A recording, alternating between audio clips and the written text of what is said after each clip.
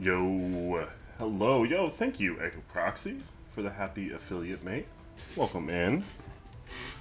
Alright, I'm just gonna give it a few minutes, and I'm gonna hop into a call with our guest tonight, who is, gonna be TerpyOG. Yo, thanks, Dovakin. Teacher, this song, right now, the one from Legend of Zelda, Lost Woods.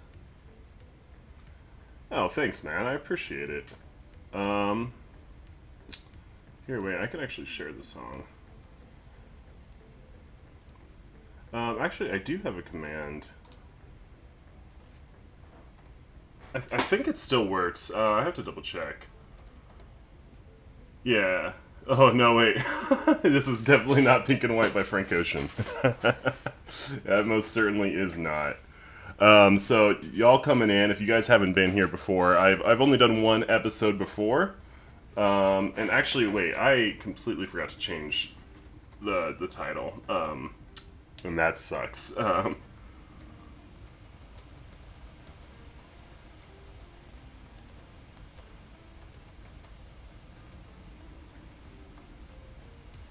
sorry about that. Alright. So, what we're doing is, I'm doing kind of like an interview, kind of like a podcast kind of format. We're going to have TerpyOG in here as the guest. I'm going to be going through some questions. And while that's taking place, we're going to be running a Taunters tongue. We're going to be doing that here at Volcano Manor. I mean, honestly, go as hard as you want. We're at Meta. We're on PlayStation. Do whatever the fuck you want. Our goal is to get through this entire experience, get through the whole interview without actually mentioning the fact that we're playing a video game at the time. So we're not allowed to react to what's happening in the game. We're not allowed to mauled. We have to just keep the fucking interview going. So yeah, it should be fun. Yo, I appreciate that, teacher. I'm gonna try and hop into a call with Terpy now, and we can get this thing going. And I believe he is streaming right now as well.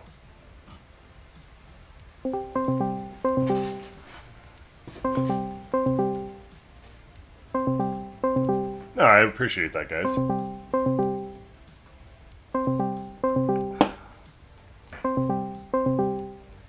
Yo, for sure, Smokey, Presidente. And yeah, if I'm like not super interactive with chat, that's why. It's just because we're keeping the interview going.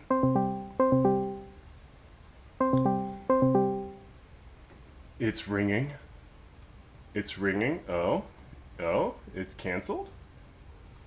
Oh no. Oh no. Maybe I'm just gonna have to talk to myself this whole time. That'll be fun. Yeah, Presidente, yeah, I'll be interviewing Terpy. We're gonna be trying to, dig into to what makes Terpy tick, what got him into streaming. I'm gonna be asking some other very personal questions. Dude, Reef. Yo, thanks for the raid. My main man Reef, XP Shoe. Y'all, go give this guy a follow, like, right now. He is one of my dearest friends. On this platform, at least. I mean, I wouldn't put him above, like, any real people. But as far as fake people on the internet go, he's pretty cool. So, go give this guy a follow. Right this minute. I'm gonna see. So far, not able to get a hold of Terpy. But that's okay. That's okay. Why there's so many things? There's not enough thing, Einie. There's no thing. Look, there's no thing going on. Maybe why I wait for him. Yo, what's up, Bean? How are you doing, dude?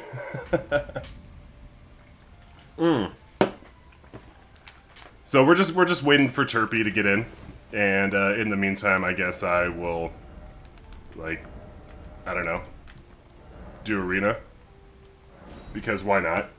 I need something to fill the time. I mean, I need something to keep you all entertained. Otherwise, you're gonna leave me and I'm gonna cry, as I'm wont to do. Now, I really appreciate the raid, though, Reef. How did the rest of your invasions go? Oh, hello. Hey, what's up, Jaker? I'm doing some shout-outs right now. I'm Oh, for sure. No, you're good. You're good. I just started going. So I have you on the stream. Chad, if you could hear Jake or let us know. I'm putting up the I think I have the oh, we're not in a channel so people can't see when we're talking.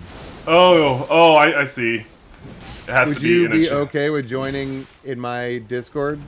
Yeah, no, yeah, Or that's does the totally call fine. work better? That's totally fine. Do you have a locks Okay. channel? Yeah, it's you have Cool as a kids. mod, you have privilege, so I'll Yeah. see you there. All right, so the cool kids club then.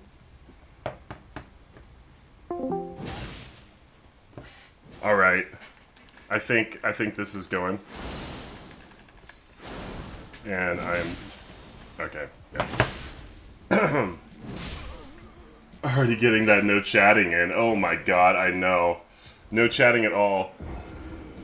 Quick Loretta slash to keep the blood flowing. Yeah, no, this is painful right now. I'm not gonna lie. Let me see. Am I in? I am not in the right server right now. I joined the wrong thing. That's cool. That's cool. There we go. Yo, dude, I totally joined the wrong server, which is hilarious. And also, I did a combat ordeal instead of a duel against someone who has the absolute worst net imaginable. Yo, So I'm just gonna. Stoven Dovikin, welcome in, dog. Thank you for the follow. While I'm getting. Oh yeah, 3Putt needs a follow too. Damn, look at all you cuties. While I'm getting farmed by this guy with bad net, I think I've gone over with you how this is kind of going to go down with the fact that we're not allowed to talk about the game while we're going through this, right? I think that sounds amazing. Okay, all right, fantastic then.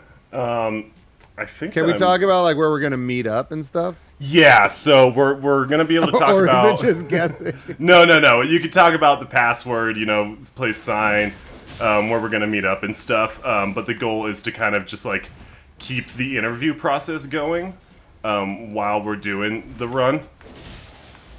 And Okay. yeah, so that's kind of the whole gist of it is doing stuff like that. Cool. Yeah, I have so just so you know what I'm running, I have an unupgraded Envoy's Longhorn, Sacred Relic Sword, and Shodel. Oh, So I'm gonna be trying to dab people out. okay. Where they take no damage, and we're gonna see who plays along. And then I have an upgraded version of each of them in case they don't play along. And we got to actually attack them. So I assume we're gonna be attacking more often than not. But if people from stream come in, which everybody's welcome to. If anybody on stream comes in and wants to get dabbed up, let's go for it. But we could also obviously we want to fight as well. But feel free to come in and get the dab coronation, if that's the right word, I guess. Is that how it goes? All right.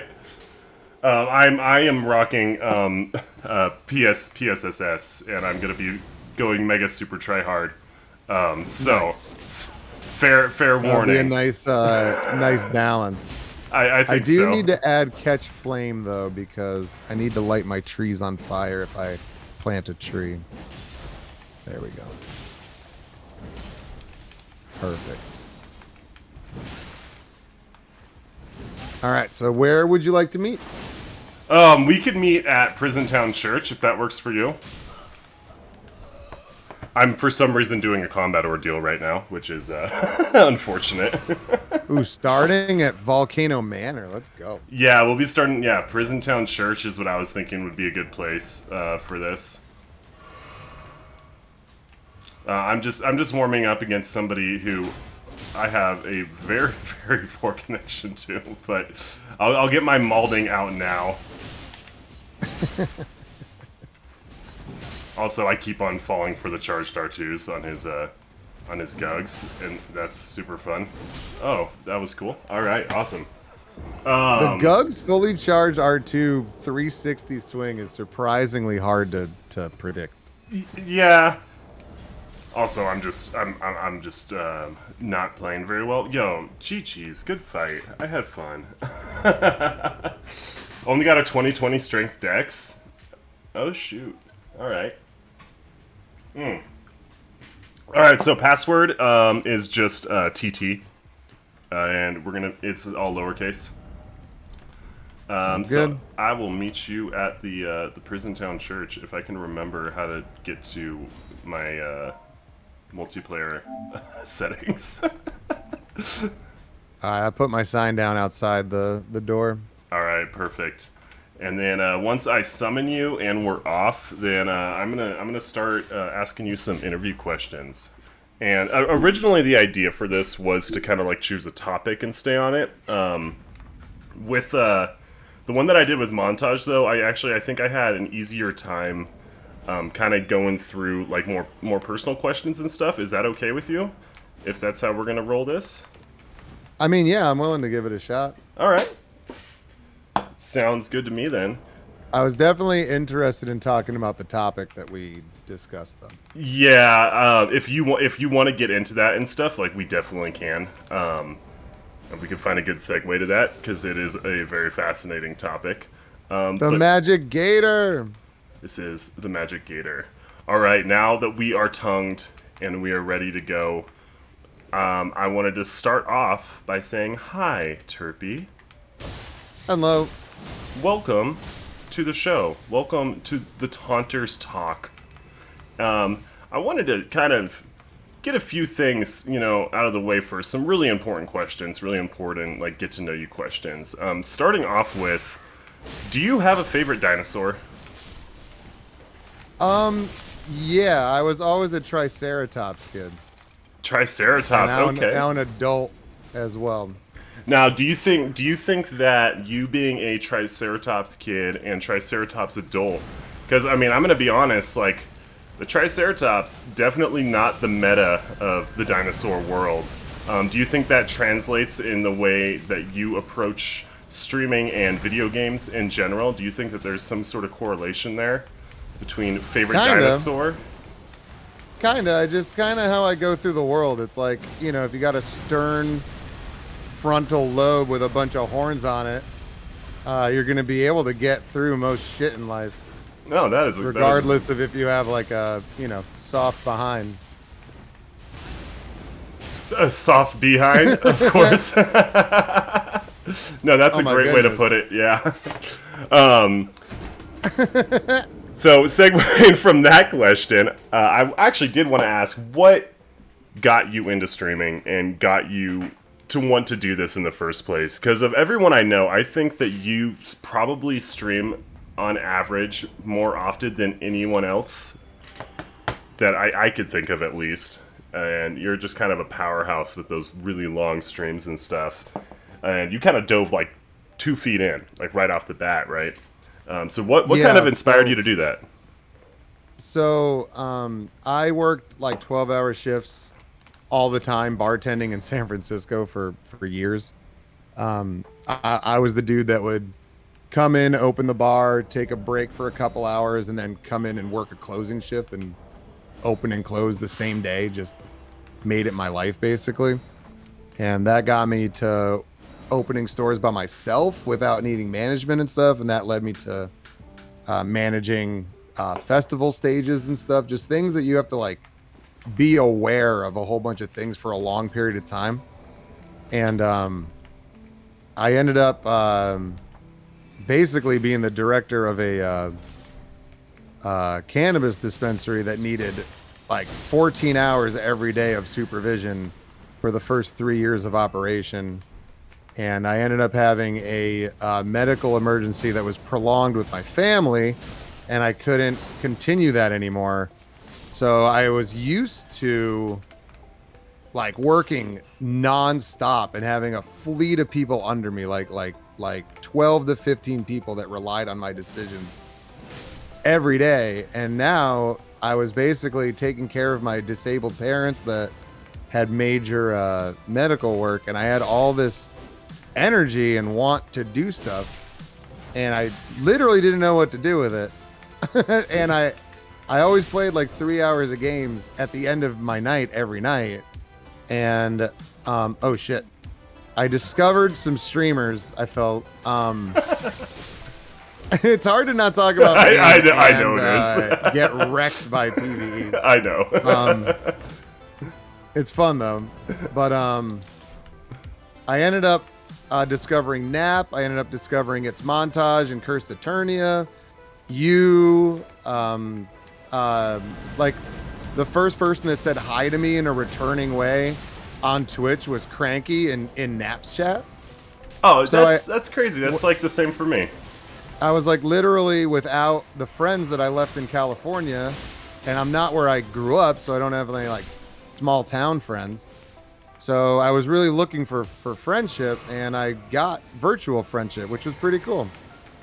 Yeah, no, I definitely relate to that. I definitely could see Cranky being that warm, inviting guy. So, but yeah, so basically I started seeing how people were making videos, how they were streaming for so long, and I was like, well, what can I kind of come up with? And I made a Patches cosplay. I ended up kicking people off of the tower in Morn, off of the wall, and it ended up making like 15,000 upvotes on Reddit when I posted it, and I was like, oh shit, I should make this into a YouTube video. So I edited up my first YouTube video, and then one day somebody in Curse Chat, either you or some other people, were like, how long did it take you to get that footage? And I was like, oh, like one gaming session. They're like, dude, if you fucking do that in one gaming session, you should consider streaming. And I was like, okay, I never thought about that. And then in 1 week's time, y'all helped made me affiliate and just kind of blew my mind, because I still thought that I was like, you know, a mod for Curse, the mod for Montage, just kind of being this managerial type dude in a video game setting, and I never thought that I could kind of do my own thing. And honestly, okay, so that like kind of shows, because you're talking about managing the distribution, the cannabis distribution and stuff, and so you take a lot of skills from that you must have learned through that, and you transfer that over both into moderating channels and also your own channel, of course, now. Well, the crazy thing is that it was a distribution and dispensary service, so I was juggling like 7 different jobs for like 3 years after I wait, can I turn myself up or the game down? Here, I'm gonna talk like this. Is that better? I just keep talking. Hopefully that's loud enough.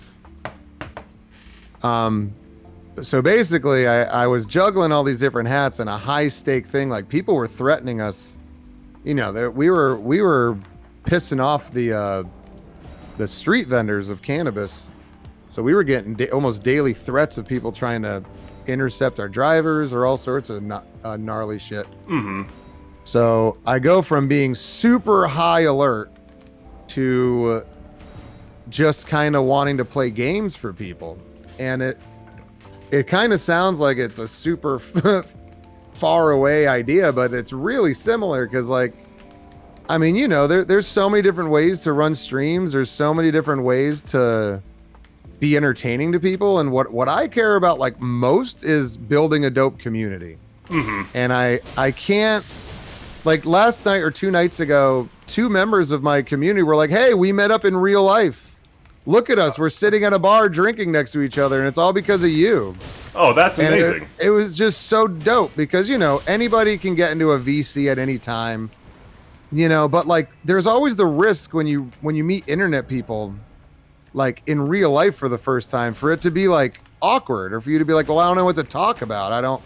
But like they were just open and honest, like, yo, Terpy, you brought us together. Thank you. We're here because of you, you know, and it's not an ego game or anything. It's just cool. No, it's a good feeling, right? It makes you feel all warm and fuzzy inside, knowing there's all these people that otherwise wouldn't really know each other, right? Yeah, and you know, like I've been invited to weddings for people that I used to play like Call of Duty Zombies with. Not weddings. One guy who I played zombies with, who's a great guy, but he invited me to be a part of his wedding, and I like led the I like led the conga line with his family. I never met anybody because I was just an online gamer. You know what I mean? So, you know, it was just a cool vibe. And like halfway through, you know, I was like, hey man, sorry if I'm kind of causing a scene. Like, you know, I'm just trying to have fun. He's like, dude, you're leading the party. You're having a great time. Right. And Yeah. it's like, hell yeah. Oh my goodness. Okay, so going back to the cannabis thing, because that seems to actually have like a pretty big part of your life, right? It has to center around that, right? Like absolutely. How did you end up getting into that? I've always wondered. So, in 1996, Prop 215 was passed in California, where people could just grow their own and just bring it to a dispensary and sell it. So Okay. there was no middleman, there was no taxing, there was no government making sure it was tested or anything. And that's known as the golden age of the Emerald Triangle. And in 2008, I had decided that I was going to take a break from college and leave. I was in New England and I was like, I need to go somewhere where people think like me and where things that people talk about are pressing matters instead of just talking about the same small town gossip, because that shit pissed me off. And when I was in high school, so this was like 2004, I went to a Million Man Marijuana March in New York City in Manhattan for High Times magazine. And I met an editor-in-chief of High Times. I met some super dope people. And I went to this protest of this guy called Mark Emery, where, you know, as with most, like, you know, people in the chemical world, they don't have the, you know, most stellar track record of, you know, being a law-abiding citizen. But what this guy was doing was giving ibogaine to people in Vancouver, Canada. And what people they never heard of ibogaine. What it is it's basically a psychedelic as potent as mescaline, but it's not a recreational experience. It's an experience that gets you unhooked from any addiction that you have. Yeah, I've heard about this. It's gaining in popularity, but this guy was just giving it out for free and he kept getting arrested. So I was like super interested in this guy and why you know, he was being persecuted all the time. And when I was at the rally, this High Times editor was all super knowledgeable about him, and it was super cool to like hear both sides of the story. And that kind of made me start going, okay, well, maybe the West Coast has different thoughts about different treatments for different things that are going on. And I actually ended up trying it when I was living in Ukiah, but that's going to be another story. So basically, when it was like, well, where do I want to go? I had a friend that was basically like, if you come to California, I will help with a couch while you get a job and figure your shit out. So I did it. So I took $300 and a backpack and I moved to Oakland and learned how to bartend in the meantime. And while bartending, I met so many people. It was ridiculous. Oh, I can imagine. Yeah. Some of them were very, very big into growing cannabis.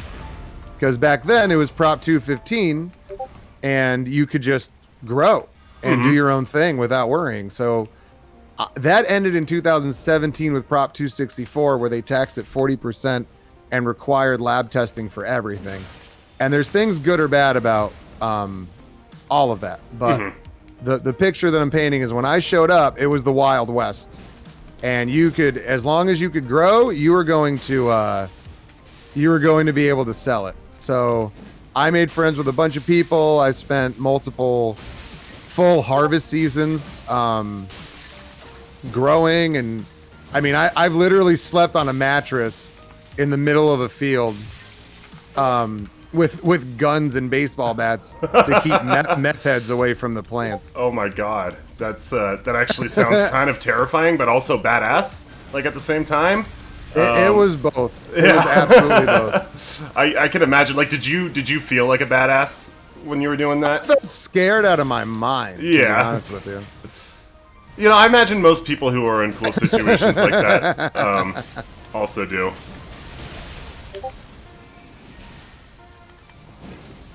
Oh no. All right, so But it's like you never really know what's an actual threat or not, but you know, I've seen some shit that has made me kind of appreciate the little things more. Is it kind of like every little like bump in the night, you know, you kind of get woken up a little bit? Well, yeah, because there's mountain lions, there's bears, there's deer, you know, there's coyotes all over the place. So you really never know what it is. And we're talking about like the mountains of Northern California where there's nothing for miles.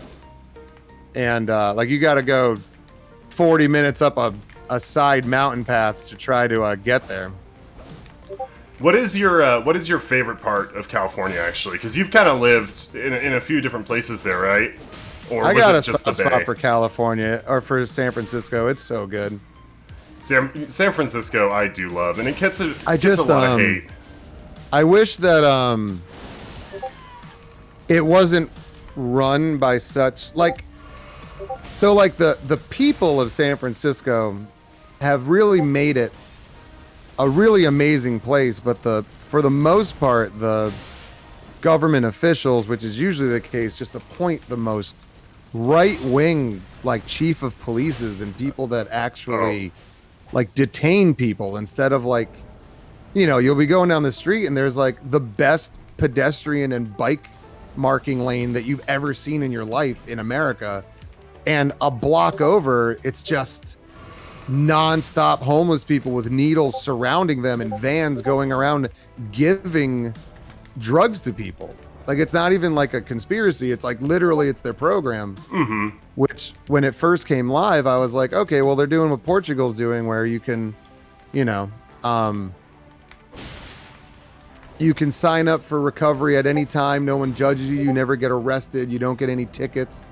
Just if you say you're addicted to a substance and you want to get off of it, then they'll put you in a program. And that's what I thought was happening in SF, but what it's turned into is just constantly enabling and stuff, which, you know, there's debates on both sides, but what you see is just tents everywhere, just a ridiculous amount of needles, you know, human feces all over the ground and stuff. It's just, they keep it off of Market Street, but you go a couple blocks north or south and it's everywhere. But and I mean, besides that, like, there's definitely a debate to be had there about whether or not it's helpful or not, enabling or not, or I mean, because there's definitely the side that will see programs such as that being helpful because at least you're not, you know, helping spread the spread, or not aiding in the spread of like deadly diseases that could be passed by using dirty needles and stuff like that.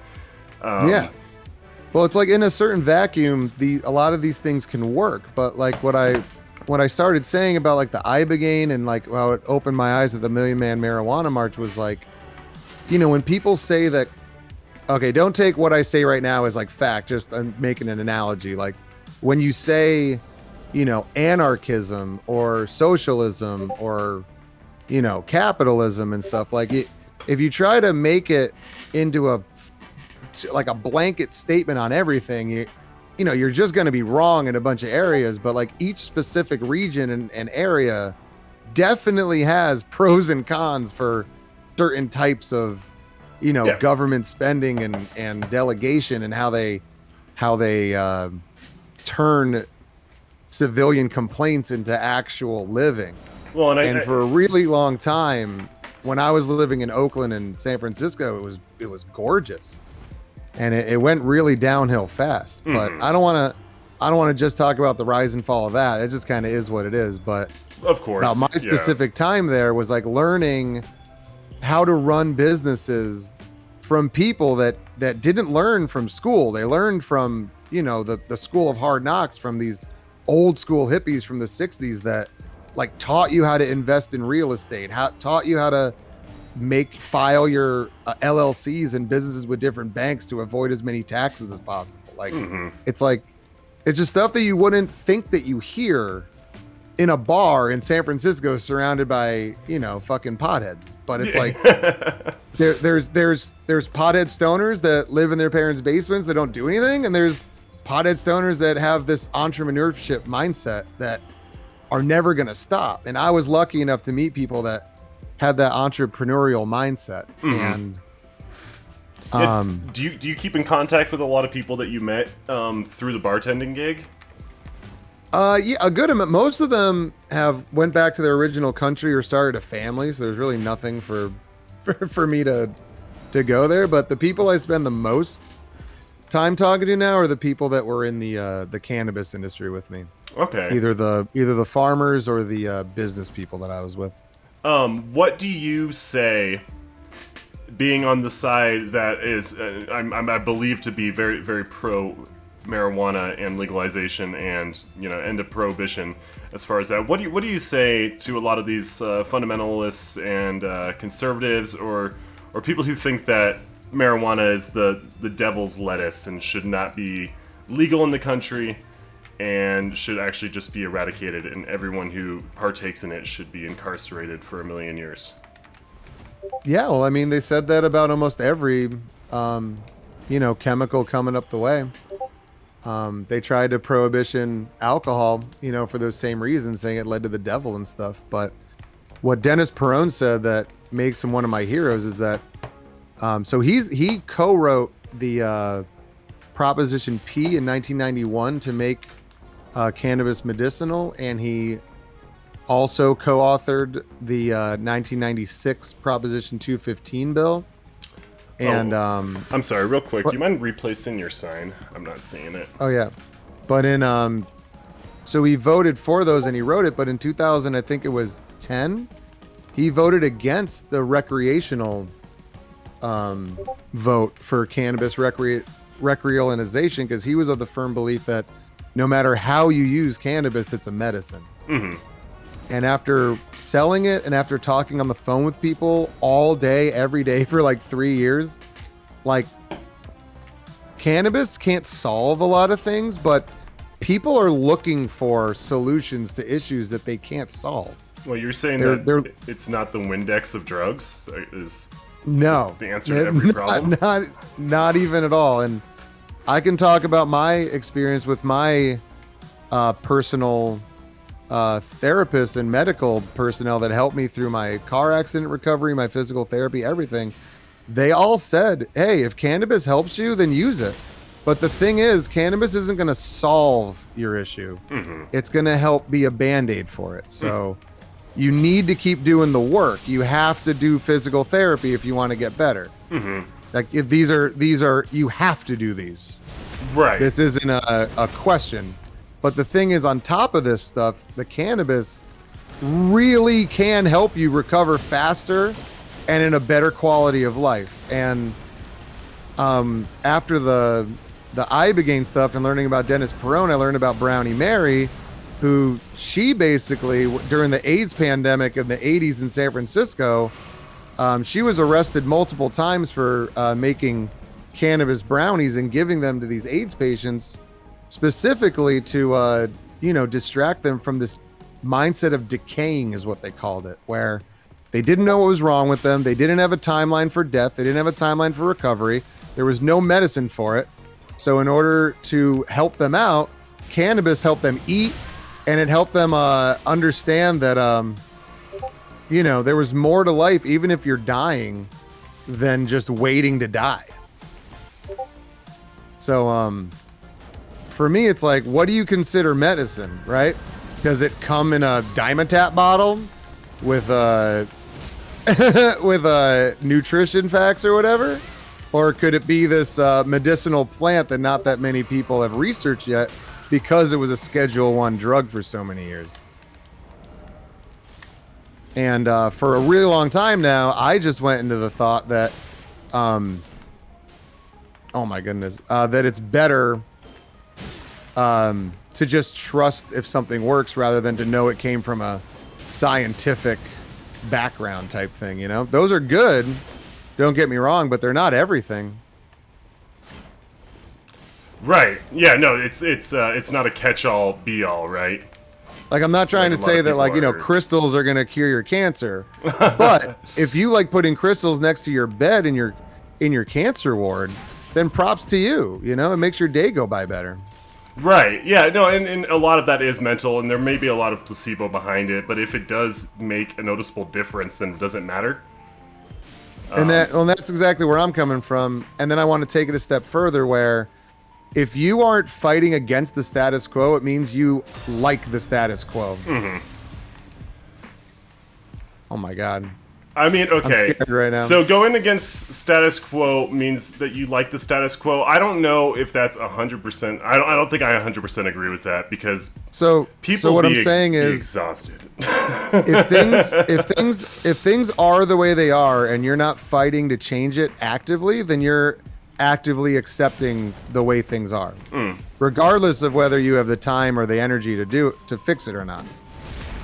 It just kind of is what it is. And when I learned that, and I went to so many peaceful protests when I lived out west, because there were just so many more happening out there. It really opened my eyes to, like, oh shit, if you really should make your decisions on things known, and not really hide behind this, well, society will fix itself anyway. Like, let's say society does fix itself anyway. Wouldn't it feel better to be on the side that caused the change that you wanted? Don't you want to feel a part of this world that we're in, instead of just a spectator on the outside of the snow globe? And some people would rather live a voyeur lifestyle and not get involved in stuff, and that's fine too. I'm not saying everybody should, but I was a very apathetic person, and I became a very passionate person from seeing how much change somebody can enact in somebody's life just by caring. And that goes for supporting local policies. Like, people think that the national votes are the only things that matter, but the only reason why cannabis is becoming medicinalized and recreation all over the place now is because it was voted for in 1991 in San Francisco. If that never happened, we wouldn't be on the track that we are today. Yeah, right. So going back to the fact that you are a pretty worldly person, I would say, because you've been all over the United States, and that's pretty much the whole world, right? Yep. What would you say is your favorite place in the United States that you've visited?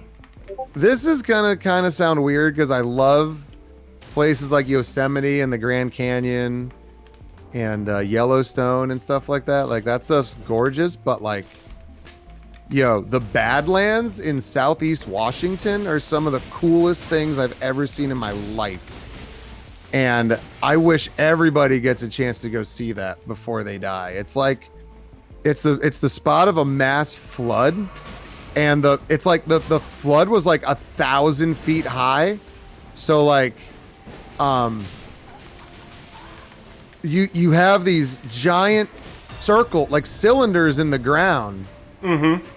That were caused by whirlwinds in the water from this gigantic flood, and it's all dry now. So you see stuff that's bigger than the Niagara Falls, but a complete dry waterfall with nothing there. But when you go hiking there, it's nonstop fossils. So like, when you're driving there, it looks like this dark beige nothingness, but once you actually like park and set foot there, it's like you're on another planet. I don't even know how to explain it. Now, seeing stuff like that, like, does that kind of make you almost wish that like loving nature, like being out in nature and stuff, does it ever give you like this sense of longing for before we had major metropolises and these huge, cities, like modern conventions and stuff like that? Does it kind of make you want to go back to that? Maybe fend for yourself against some saber-toothed tigers, live off the land? I wouldn't say I get made fun of, but I was always the one, on a bunch of psychedelics with people going, wouldn't it be cool if there wasn't a skyline here right now and we could just see where we were going, because it was all nature and yurts and shit like that. Right. It's just like, oh shit, he's doing the hippy dippy talk, But Hey, I that hippie definitely talk is vibe fun. with that a lot, you know. And I'm That- not a doomer. I'm not saying that cities aren't beautiful, because they are in their own way. But like, at the same time, I'm definitely at the base, I'm a dirty hippie that just wants to hang out in a community of people, like-minded people. right, and that And is I wasn't kind of expecting to find that online, you know. that's exactly what I was gonna say. You kind of have that weird commune sense of community with these online communities, especially in one as small and as niche as ours, which could also lead to that kind of small town gossip that you were talking about earlier that annoyed the hell out of you, right? You definitely Absolutely. get some of that, but you kind of live with it. You kind of push through it, and you just keep on doing your thing. And you've always been able to maintain an air of respect, both for yourself, for your chatters, and for your community, which has Well, I always been feel really like respectable. a lot of people have this mindset of just, forgive and forget and shit. And after being fucked over so many times in the business world, I don't have that mentality. I think that if you cause disrespect and you cause problems, then you don't get forgiven. You have to get the fucking consequences that you get. And I feel like a lot of people don't comprehend that. And like, no names or anything, but like, it's not a unknown thing. Like, I ban people in my stream. Like, I don't give a fuck if you're offensive or you're weird. Like, I'm trying to keep people entertained that are probably lurkers 99% of the time. Like, I want to be Terpy TV. Right. And I have a standard of what I want to talk about and what I want to deal with on stream. And if you go against that, you're banned. It's just that simple. And I've seen so many people not ban people for the same things that I ban them for, and I could give a fuck. Like, run your own stream however the hell you want it, Yeah, right. And that's a healthy way to view it, I think.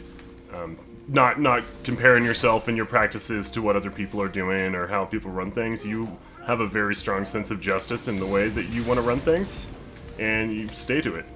People don't. Well, you don't mince words. The private DMs that I get from people thanking me for avoiding triggers from happening, or reminding them of a abusive situation that they were in. Like, I'm just a Twitch streamer, but if I can avoid triggering somebody from a stressful time they had, then I'm going to do it. No. So if I know in the back of my mind that somebody's going to be triggered by something somebody's saying, I have a very short leash. Just an incredibly short leash. Right. But they might not know that. And I made the decision a long time ago that I don't care. If you think that I'm being sensitive, just maybe there's a reason for what I'm doing. Oh, and I bet that's huge, and that's probably why you have such a strong community. A lot of people that I see almost exclusively in your chat that I don't really see elsewhere in the Elden Ring or Soul sphere. A lot of people that are just diehard Terpyites? Terpians? Spuddies. And a lot of really cool people too. And I know that like any online community is definitely going to have its issues, specifically with triggers and with bad apples and stuff. And a lot of people are more lenient on that than others. Some people maybe are confused about what is appropriate to like do a ban over or to to make a fuss over or not. Some people have a strong sense of what they'll allow and what they won't. I could say like I still don't know exactly my own rules, I guess, but I'm figuring it out still, trying to balance both playing this game and working a 60-hour job a week. You also work a shit ton in your life and stream for fun, right? Yeah. So I'm trying to see what I can do about making content creation be full time. And I could always go back to work, but this is just so dope. And it's not going to last forever, but for the meantime, I have an opportunity to really go for this. And I'm coming from no video editing skills. Like, no, I didn't know what Twitch was until a year and a half ago. Oh, dude, Like, yeah, same boat for me. You can literally just look at my Napstar subscription. That's when I discovered Twitch. Is that long ago? He was my first person that I subbed to. So outside of Twitch, so what did you used to spend most of your time doing outside of Twitch? Just quick, should we go to the next Grace before that door? I was gonna cross the bridge so we could just kill Noble and. I forgot that the bridge was open because we didn't do the cutscene. All right, back to not discussing the game. Yeah, no, you're good.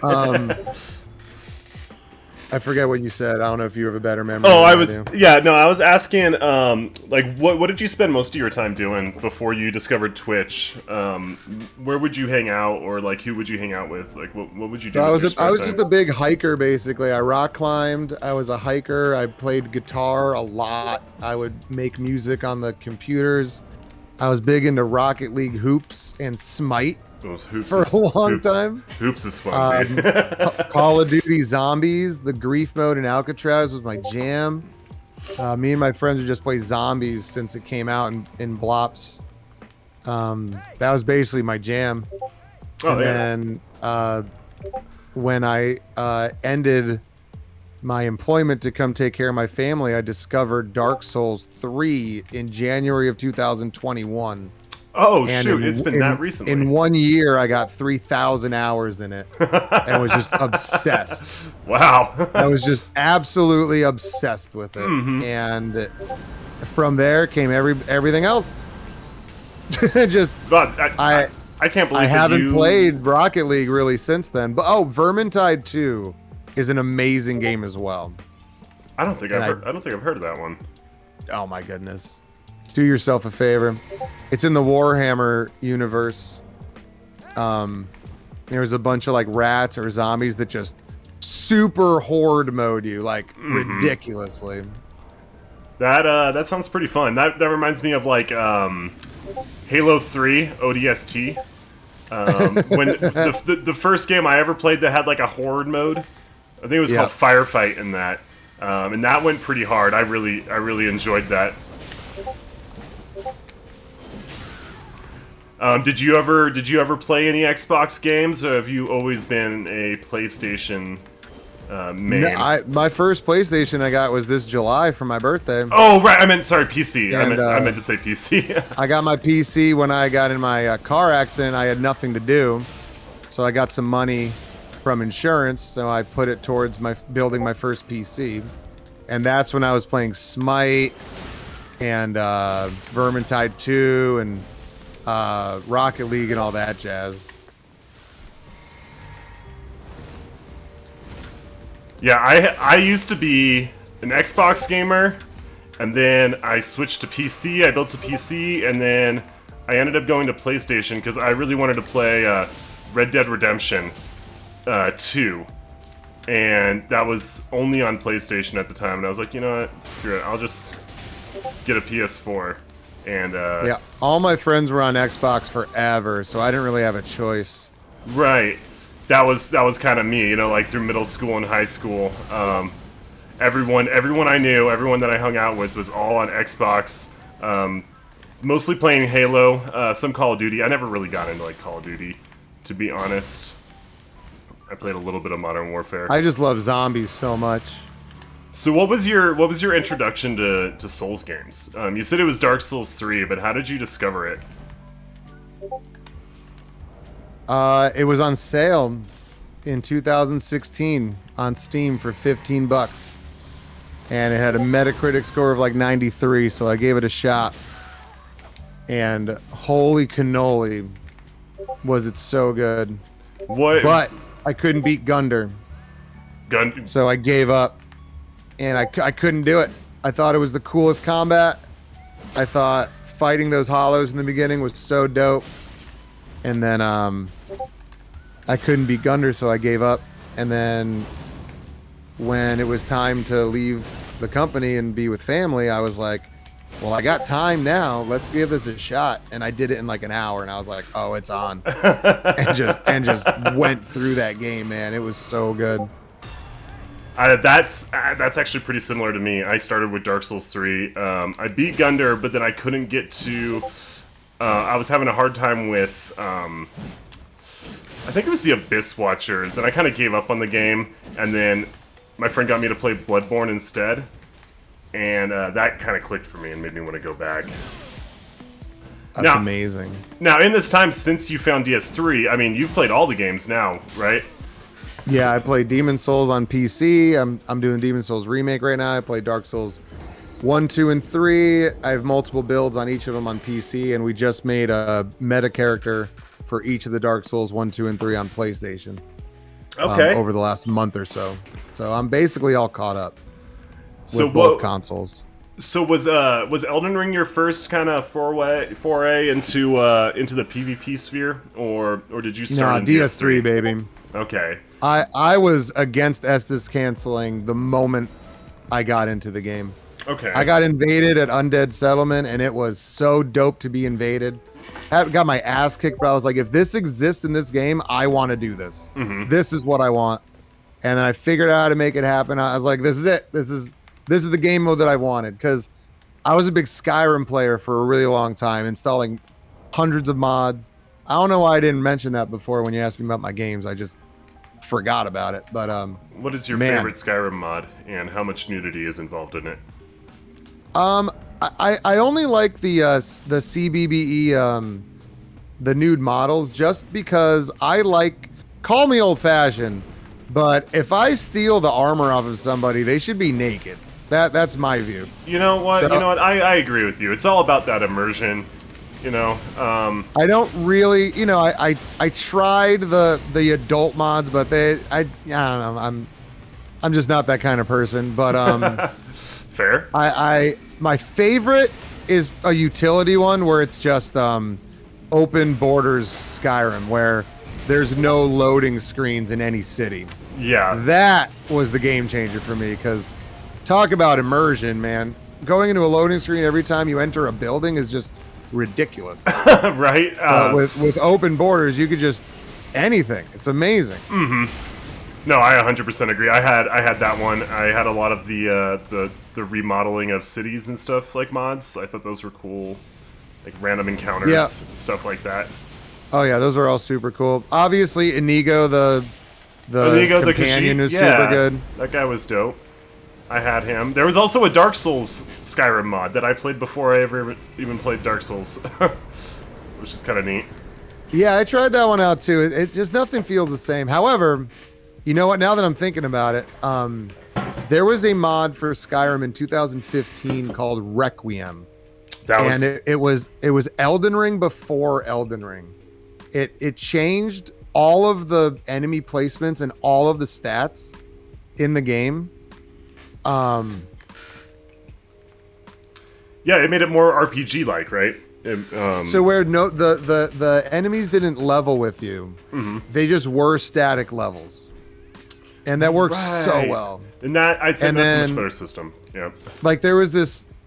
Normally, when you're on your way to like Riften, right? There's a little pathway to get into it, right? But in Requiem, there was a bandit toll before it, and they kicked my ass every single time, no matter what I did. And then I was exploring, and I was like, wait, in vanilla Skyrim, there's a giant camp right up this hill. Maybe there's a giant camp in Requiem. So I go, lo and behold, there's two giants sitting at a fucking fire, about 200 meters away from this bandit toll thing. So I'm down by the summoning pool, by the way. Oh, I just put my sign down there just now. Awesome, cool. And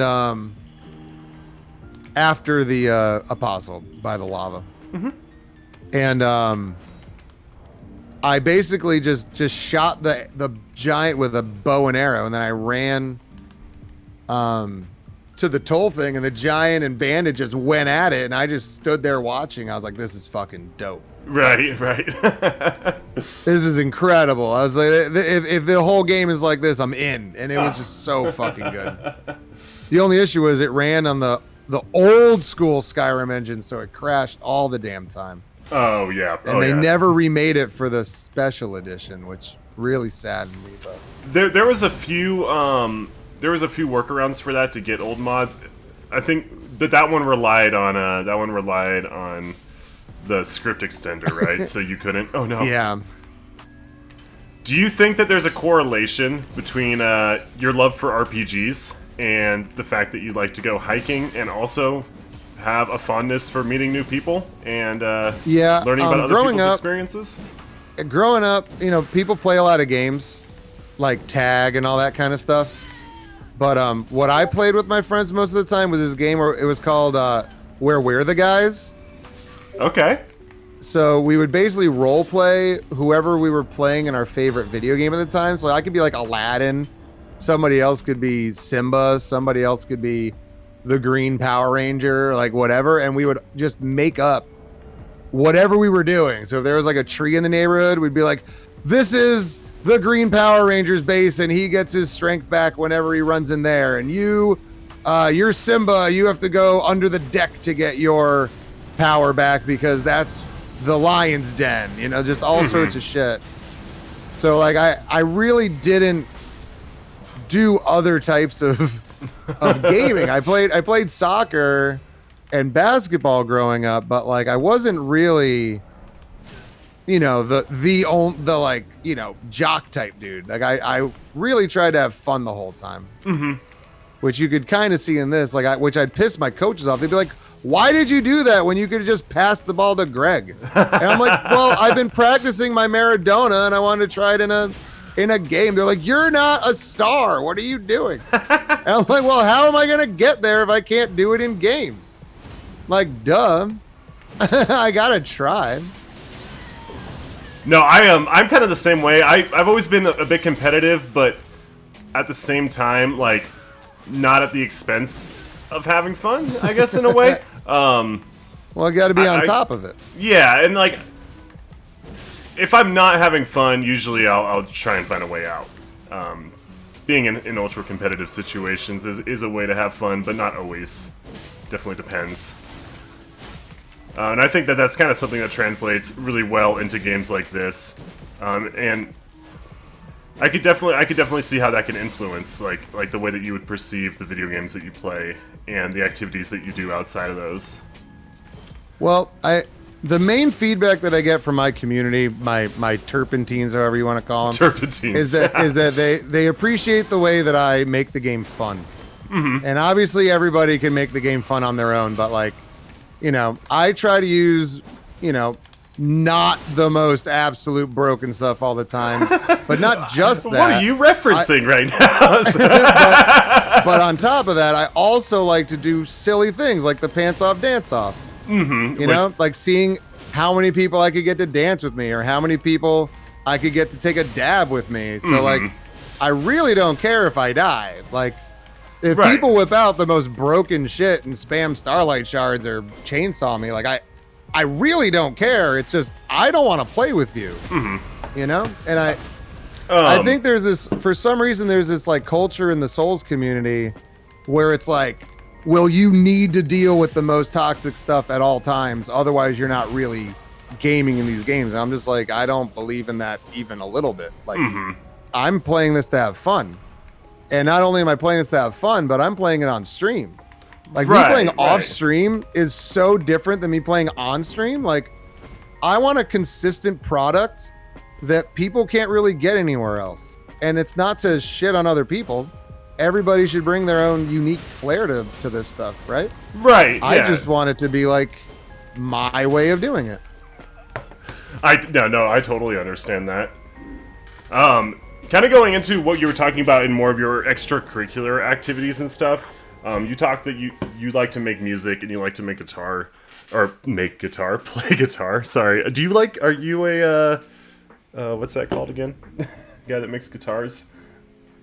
A luthier? Are you a luthier? No. But I've always had the ability to pick up an instrument and figure out what the notes are, and then hear a note and play it. So I kind of have this ability to play from ear, but I also have spent years learning the circle of fifths and different music theory and different scales and stuff. Right. So I can if I were to sit down with a group of people playing music, I could most likely sit in with them and make sounds that don't sound terrible. Ah. But I'm not going to bust out a dope solo. You know, I'm not going to take over the stage or whatnot. If someone's like, hey, shit, our bassist lost his hand and we need someone to come in and play stuff, and you don't know what it is, I'll just be like, okay, just give me your album. I'll listen to the album and be like, okay, this song's in this key, this song's in this key, and I'll play a B level of bass. It's not going to be amazing, but I'll get by, and no one's going to know that everything's terrible, you know? No. I think you need to replace your sign. Sorry. Chai sign? Yeah, it keeps doing that. I play a little bit of guitar and stuff. I didn't ever get like super into it, but I'm, kind of same thing. Like I could pick up on what other people are playing. I can figure out the key and stuff, and kind of jam along, whatever.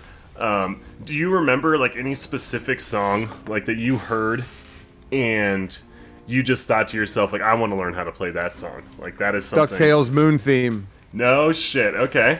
Easy. That was my favorite track growing up. So it's there's kind of a two-parter there where I was growing up, my family did not want me making noise. They like, I don't know how to tell you all this, but like me talking loud and laughing, it really never went well my whole life. And when I said that I wanted to start playing guitar, it was like this huge thing of like, you're gonna make so much noise, blah, just all this hatred towards it. So I went out for my first paycheck that I ever got, and I bought a guitar that had no return policy. And the first thing that I did was learn how to play Tears in Heaven by Eric Clapton. And I sat my mom down. I was like, I'm going to play something for you. And I played it because I knew she knew the song. And she was just like, I had no idea you could do this. And I was like, I didn't either. That's why I wanted the guitar. And it kind of like opened up her mind to like, whoa, my son might not be an idiot. He might know what he wants without doing it yet. Right. Is that possible? You know? 'Cause I feel like a lot of boomer parents are just kind of like, no. You know, you do what you like. How do I say this? Like my mom was like, I found out that the Red Hot Chili Peppers went into the desert and took psychedelics before they made this album. And I was like, yeah, a lot of artists do that. Going into the desert and taking drugs is very creative, like creatively inspirational. And she was like, well, no, they could do that because they were the Red Hot Chili Peppers. And I was like, do you not understand that literally anybody can do that? They didn't make an album because they're the Red Hot Chili Peppers. They were a group of musicians that went into the nature to make an album. And they ended up doing psychedelics that helped them do it. But they didn't do it because they had a preordained deal to do that, right? They had to go do it.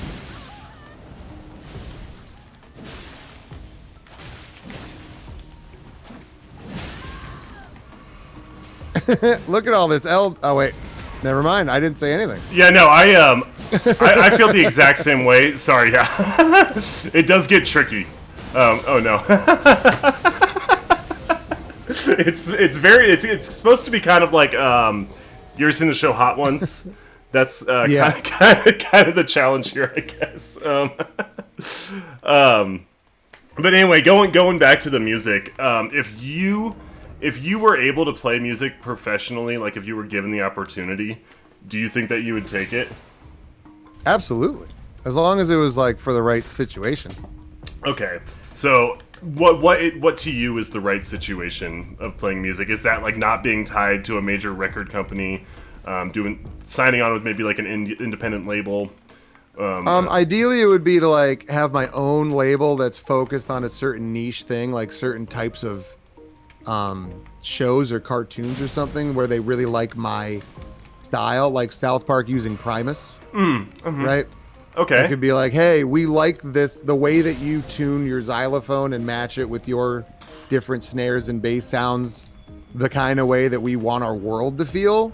And we feel like you have a feel for this, and we would like to bring you on for the long term for the show to just make all of the the environment sound the way that you want it to sound.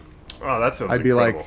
I'd be like, that'd be perfect for me. Can I also voice act, please? Like, can I also be the town grump? Can I be the rich guy? Can I be the housewife? Can I do everything? Like, Right. I don't, I don't want to come across egotistical, and I'm not trying to say that I could do it better than anybody. I would just love to do everything. Mm-hmm. Yeah, of course. It's not a displacing type thought. It's just I really enjoy having my hands on everything, and that's how it was at the company. Okay. And at the in the streaming world, I kind of took the back pedal off of it because I keep saying, I put the community first, and I really want to grow that as the most important thing. And in my last couple YouTube videos, I've tried out a whole new personality to them that I really like. So I also think now I'm going to be able to kind of double dip, where I can stream in my own fun way and make content that people would look forward to seeing, Right. What do you think about, like, kind of the little bit of content drought, I guess we could say, not really hearing anything from FromSoft. I don't want to get too much into Elden Ring talk, and I'm sorry if it keeps leaning that way a little bit, but it's a unique chance to have a conversation like this with multiple different streamers and their takes on that. So what do you think is what do you find to be the best way to fill the time and to fill the void of not really getting anything new? Well, I'm not even close to done making builds. I have like 20 that I'm interested in. What do you think your next build's gonna be? Can we get a sneak peek, or is that to be determined? So I have two. I need to do a Mulan cosplay. Someone in my community, Mithril Turtle, requested it about a month ago, and I just right before all the Dark Souls runs came out, so I couldn't really make it happen. But I want that, and then I also one of my first PvE builds that I made once the game came out was a Black Flame build, but it was at meta, and I really have been wanting to remake it at 90, which is my favorite invasion level. What do you like so much about 90? I personally believe that the damage output at 90 is what it should be at meta. I believe that all damage in Elden Ring should be reduced by about 15% minimum. Okay, and I think that's a pretty common. Obviously, some spells shouldn't be, like Litany of Proper Death. Yeah. on the 90% of things, I would appreciate there being way less damage. And it's not because I can't dodge or because I can't parry or because I can't space. I don't like the flow of the game when it's that much damage. It's like people in DS3, it's like, well, everybody's S is canceling, so why don't you do it? It's like, well, I don't like the flow of the game when your S is canceling. I think it goes too fast, and the game's a beautiful dance when you don't do it. But other people do it. Like I keep saying, it is what it is. I don't really want to play with that. And it's not, like I keep saying, it's not because I'm booty or fucking trash or can't handle it. I did the Estus canceling thing. I gave it a shot. And I just don't like the flow of the game, Yeah, no, and that's fair. It's like Rocket League. I don't really like threes. I'm more of a twos guy. Yeah, see, I was always a singles guy with Rocket League. I never liked the team sports because if I do bad, I feel bad. I love having an unspoken bond with another gamer in Rocket League. Oh, yeah, no, I could feel that. I could definitely see that. Would you say that you can get a little bit competitive in games like that, or do you usually play it a little bit more casually? Oh, absolutely. I mean, when I play, I want to have fun, and for me, it's like I'm not going to have fun by being absolute trash. But at the same time, I'm not going to stress out about winning or losing. And that mentality got me to be grand champion in everything you could be in Rocket League. Uh-huh. So, like, I'm not a pushover, but I'm not gonna grind just to win. Like right. Just using the best of the best is so boring to me. Like I can't express to you how boring it is to me to feel like I have the best setup going into a match. Right. Like I actually get bored with the game if I'm like, oh, I'm wearing full veterans mama's blankie. I got 133 poise. Yeah. I got my halberd off dagger on lock. Like here I go. Like Hey, I feel called out. I literally want to close the game when I do that. I just don't see the point. No, I feel you there. I could definitely see merit of both sides. I've been on both sides. But I don't want to get too much into Elden Ring. I want to still kind of dig a little bit deeper. Would you mind if I took a 5-minute break here? Just to kind of use the restroom, do stuff like that, you know? Yeah, I think we should both do that. Okay. I'll let Hyro out during that time. Okay, perfect. All right. Yeah, so we'll be back in about 5 minutes. Thank you guys all so I hope this has been fun. I'm having a blast. So much for participating, you assholes. All right. I'll be right back. I'm gonna put on my new Grace Goblin video while I'm gone, but I'm not gonna play the whole thing. I'm just gonna put it on, and I'll be right back. Love you guys.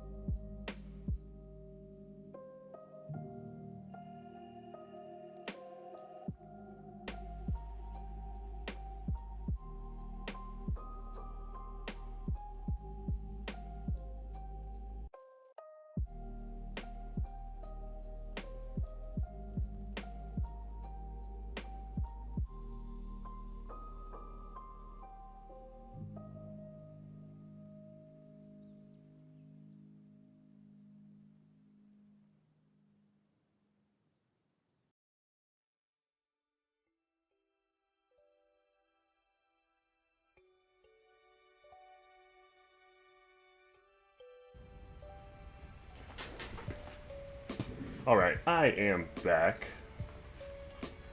for some more talking and tauntering and all of that jazz. Coming up with the most honest setup in the game.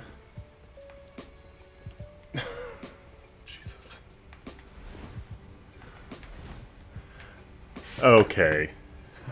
All right, I have. All right. Yo, welcome back. I'm gonna watch this full goat slip off real quick. Fun stuff. Fun stuff. And I am remodied whenever you're ready.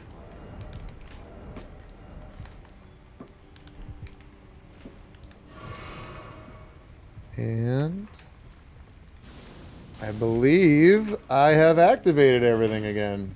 There we go. All right. Are you ready to get back into it? I am ready. Alrighty. A slug is on you. Okay. Alright, I kind of wanted to segue a little bit of the conversation back away from Elden Ring again, because for some reason it always goes back to this game. I can't imagine why. I spend fucking 8 hours a day on it. Man. Yeah. I wanted to ask more about your music production that you were talking about. What kind of like programs do you like to use? What kind of music do you like to create with that? So I used as I think everybody does for a while, I used Fruity Loops for a while, like a couple decades ago, and went into oh man, what's it called? It's not Ableton, it was another one. Garage. It's not coming to mind right now. GarageBand? No, I never had an Apple. Oh, Pro okay. Tools. Pro Tools. Yeah, that's the other big one, huh? So I was, you know, I could record electronically. I can make a drum line, and then I can record whatever I wanted, pretty much on bass or guitar. Right, and so you kind of would. And then would you, just kind of mix it together. But I never really made like an album or anything. I would just focus on making beats. Okay. So I never really went that deep into it. But I would make it for different situations that we were having. So like I did a lot of really late night partying and, like I said, festival managing and stuff. So I would always have different chill, repetitive like beats that I would make for like ambiance. So if you came into my bar in SF, I'd have my laptop hooked up. I'd have different beats, different instrumentals. Some of them were mine. Some of them were, you know, MF Doom. Some of them were DJ Qbert, Invisible Scratch Pickles, just all sorts of different vibes. Who would you say would be your biggest inspiration when it comes to music? Well, I've listened to MF Doom the most by far. Okay. But growing up, I listened to Talking Heads more than anybody. I do love me some Talking Heads. So I'm kind of like a mixture of like Talking Heads and Brian Eno with a hip hop influence. Okay. And there's this dude, Bill Laswell, that's the producer and bassist for Material, and he has his own productions like Altered Beats, which is like a 4.9 out of 5-star album that you can't really find anywhere. Just the samples used in it are just wild. Kid Koala, people like that just use absolutely out there samples to make the most beautiful things. Like Kid Koala, he'll do like a sad trombone track, and he'll just take old school New Orleans brass band, and the way he scratches it makes it sound like a trombone, but it's not a trombone being played. You know what I mean? Okay. And it's just, I just love when people make something that makes your ear go, oh, that's that, but it's not that. But it's it's a little bit of an illusion. Yeah, I love that. That's a super big passion of mine, is to like do things one way where a lot of people won't see the work that you put in to present it. They'll just see the face value of what you're doing. But then when people sit down and actually try to recreate what you're doing, they're like, wait a second, there's actually a formula to this that I can't do. I'm not able to recreate this. And that's kind of the kind of artistry that I live for. Like MF Doom, for example, he was on such another level. and for him to pass so early a couple years ago was really devastating for me. Yeah. That's one of my 2 tattoos that I have is MF Doom, and then a bottle of Jameson and Mickey's high-fiving each other on my arm. That's pretty great. Are you you've never stricken me as much of a drinker though? I used to be, like in high school, like junior year of high school, I'd show up to parties with 2 30-packs, one for myself and one for the beer pong table. That sounds about right. That sounds and like I me. would genuinely drink over 30 beers every single night. Uh-huh. Just Oh my constantly. God. Now, okay, so moving from the Bay and to Florida, I don't know if you get off to local music very much, but is there a bit of a change? Have you noticed in the different scenes as far as music goes? Everything's older around here. Everything caters to a bunch of different people. Yeah, right. Like in California, it was catering to people between 18 and 35, you know, and then there were the older punk venues and stuff. They were catering to the 40s and 50s-year-old people, you know, and then the jam bands that did all of them. Whereas out here, it's basically Jimmy Buffett recreating, you know, times a million, just whatever band goes on at night. Like, it's going to be Sweet Home Alabama. It's going to be Freebird. It's going to be Kid Rock. It's going to be, you know, the stereotypical rock, right? Whereas in California, you'd get a lot of different types of rock, like rockabilly. You'd get actual folk music with, you know, fiddles and mandolins and stuff like that. Right, like I believe like Flogging Molly, they're out of San Francisco, I'm pretty sure. Yeah, like I mean even like Best Coast, you know, or Neutral Milk Hotel. Right, they're not gonna be out here. Like, I'm not gonna go into a bar here and put that on and have anybody go, "Oh, I love that." Right. You know, there's this one Kava bar by me that I go to that's super good, and they are like that. I mean, to be honest, I'm sorry, I'm breaking the face. If I went into a bar and they were playing Neutral Milk Hotel, I myself would probably be ecstatic and be like, "Yeah, I'm gonna hang out here." But then I would also be like, "Why? Why are you doing this to your business?" So like in SF, I would be skateboarding every night home from the bar at 3 a.m. and I knew of a bar that would let me in to smoke cigarettes and drink after hours because they were doing it for decades. And whenever I'd go in there, dude, it was Scott Malcolmus, Pavement, Neutral Milk Hotel. Oh, okay. Best Coast. All sorts of fucking hipster music. And my friend that I meet there would be like, you know, you're a hipster when he's like, "So do you think this song's hipster music?" And I'm like, "Yes." We're at a bar at 4 a.m. smoking cigarettes inside, listening to a manual jukebox. Everything is hipster. Like, do you not comprehend that it's this vibe? It's not the actual song. And like, so I don't know. It was just wild to me that like people out.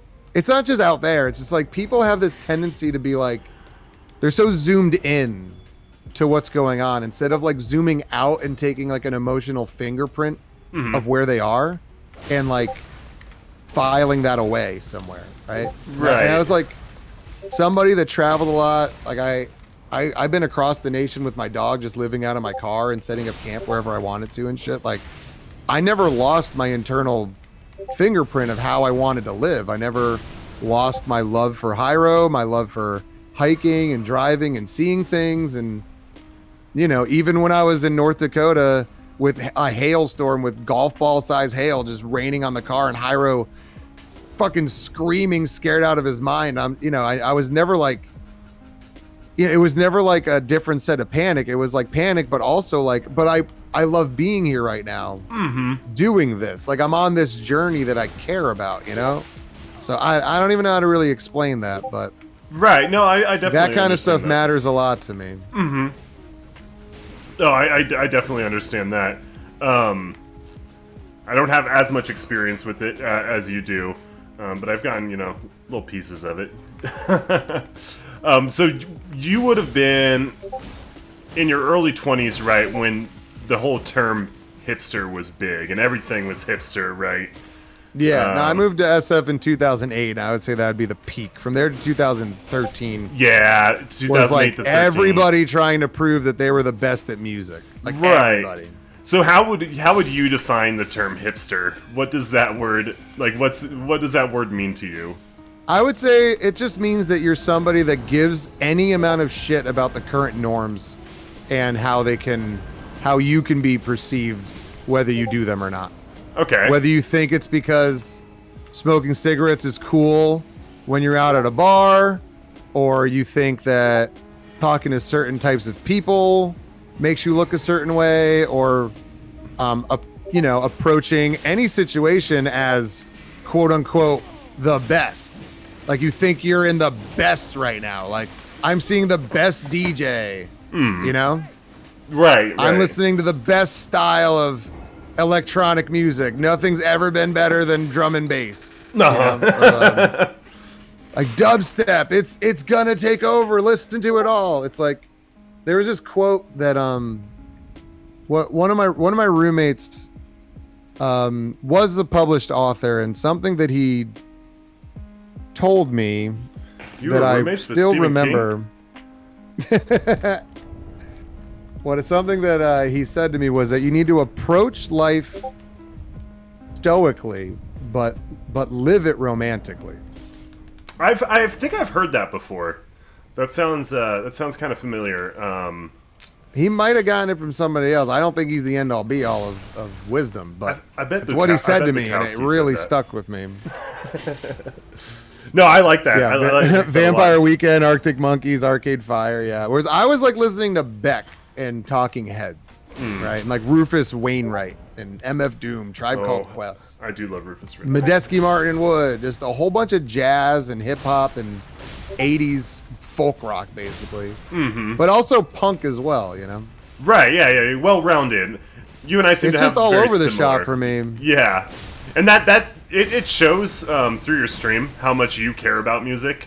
You take your music very seriously. You really know your stuff when it comes to it.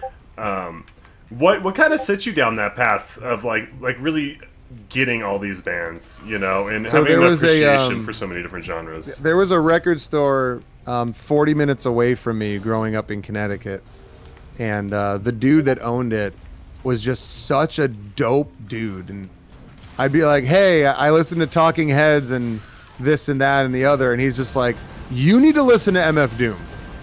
Like, I don't care. If you haven't, you need to immediately. Or, you've listened to him now? Great. You need to listen to Deltron 3030 with Dan the Automator. And then after that, you need to listen to Del the Funky Homo Sapiens initial EP from 1993 released in Oakland. Like the guy from Gorillaz? He's one of the best MCs that ever existed. You need to listen to his shit. And just nonstop put me down this path of like, there's always something different. Mm-hmm. There's always something better. But it's not better as in like you're climbing a ladder, right? It's just like... It's new, right? Yeah, it's new and better, right? Because like anything can be new, right? But if someone's like, yo, I'm going to show you something new and it's going to blow your mind. Mm-hmm. That's like what I'm going for in life, right? Uh-huh. I've always been the type of person that where I'll hear a song that I just absolutely love, and I will play it till I hate it. Yeah. Have you been? I'm like that with type? a whole artist. Okay. Not really one song, but I have been known to do that with one song. Thondi is a new artist that came out this year with their first album, and 2 of the songs on their debut album are just unbelievable. I cannot get enough of one of them. It's called Give Me a Smile. It sounds like such cool fucking cafe music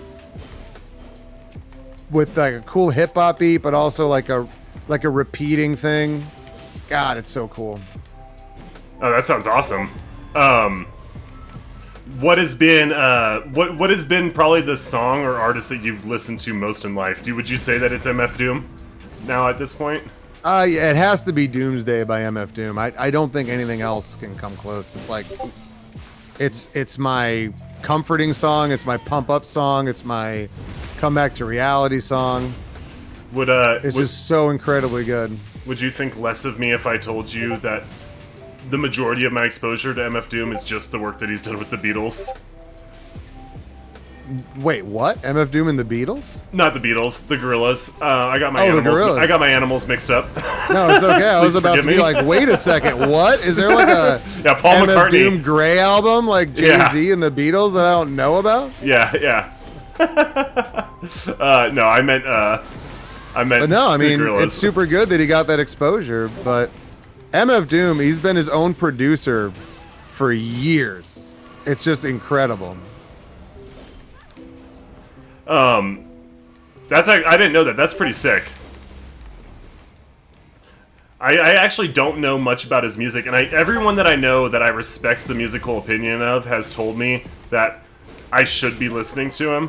And I just haven't. I can give you, I can make a playlist for you immediately. That would actually be incredible. I do like But playlists. all you need to know is his first album, Food. 3 M's and then the word food, like yum food. And it's just incredible. The samples he does, it's just all on another level. Oh yeah, no, that sounds awesome. Like I can't even explain it to you, just how insanely good it is. I will definitely have to check that out then. Oh, and he has the Metal Fingers instrumental albums. He has like 6 albums that are just his instrumentals because he's so good.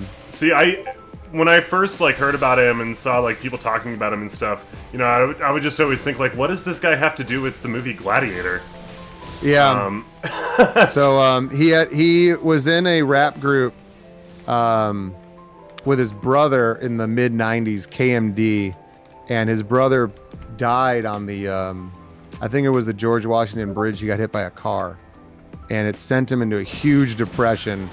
And he basically decided that he was going to go solo. He was an alcoholic and homeless for 5 years after his brother's death. And he kind of made it his mission to say, I'm going to fucking make it in this hip hop thing without you, bro. But he had severe social anxiety unless he was drinking. So his solution was to put a mask on. And his buddy went out, and the only thing they could find was a Darth Maul mask. So they painted it silver and cut out the chin, and it looks just like the Gladiator. Okay. And since then, he was just going for it. But I tried to go see him 5 times, and he canceled every one of his shows. That's too bad. And it is what it is. I understand what it's like living with social anxiety, but I wish I got to see him, but what are you gonna do? So I know that you've been to quite a few music festivals, right? Yeah. I'm pretty sure we were at the same one at one point in time. Yeah, hopefully. Which is 2013 Coachella. Yeah, buddy. How do you feel about it? Festivals, how do you act during them? Are you comfortable during them? Are you just doing all the drugs and having a good time, or does it kind of spike your social anxiety a little bit? Because it definitely does for me. I don't like being in these large crowds, but I kind of go. I'm with my severe ADHD. I'm very calm and collected when I'm pumping with adrenaline and serotonin. So I was always the wise sage of my group that would be planning our meals and planning our schedule and telling people what to do if they had a bad time or whatever. So the only thing that really bothered me is when people refused to drink water and they had to go to the medical tent and shit. Ooh, yeah. It's like you didn't listen to me. You intentionally didn't listen to me, and I really struggle with keeping my own inner peace when I know I wasn't listened to. And it makes me want to not hang out with them anymore. So I didn't like drama that would come from it because of other people, but myself, I feel very comfortable in festival situations. Okay. Regardless of what happens. Okay, well that's pretty cool then. I'm pretty opposite. I used to always go to festivals because other people liked going to them, and I wanted to hang out with those people, and I wanted to be like, I'm a cool guy that's into music. I'll go to a festival, but I really never actually enjoyed them, to be honest. That's interesting. I guess there's worse things to do for people, but Most definitely. It's such a commitment to do those things, you know? Yeah. I mean, I would end up enjoying myself, especially dependent upon the level of intoxication during such events. But that tends to equalize things a little bit, you know.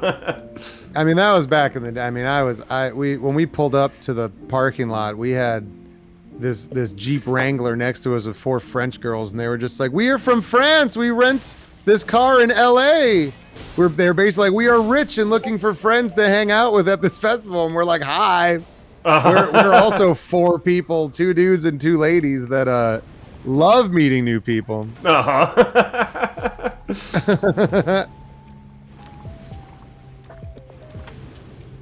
I'm sorry. We've been challenged to fight in the lava by Dustin here. Oh, really?